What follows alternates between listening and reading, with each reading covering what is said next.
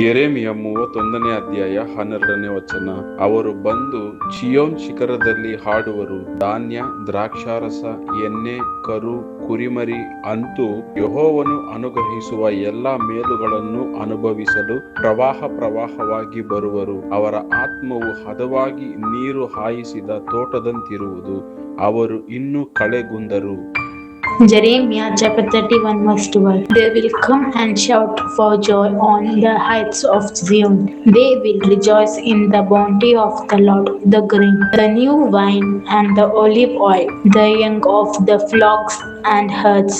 They will be like a well-watered garden, and they will sorrow no more.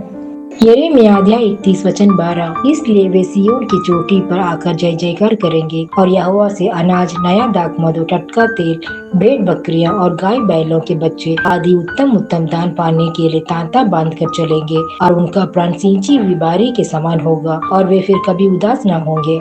எரேமியா 31 அதிகாரம் 12 வசனம். அவர்கள் வந்து சீயோனின் உச்சியிலே கெம்பீரித்து, கர்த்தர் அருளும் கோதுமை, திராட்சரசம், எண்ணெய், ஆட்டுக்குட்டிகள், கன்றுக்குட்டிகள் என்பவைகளாகிய இந்த நன்மைகளுக்காக ஓடி வருவார்கள். அவர்களுடைய ஆத்துமா நீர்ப்பாய்ச்சலான தோட்டத்தை போலிருக்கும். அவர்கள் இனி தோய்ந்து போவதில்லை.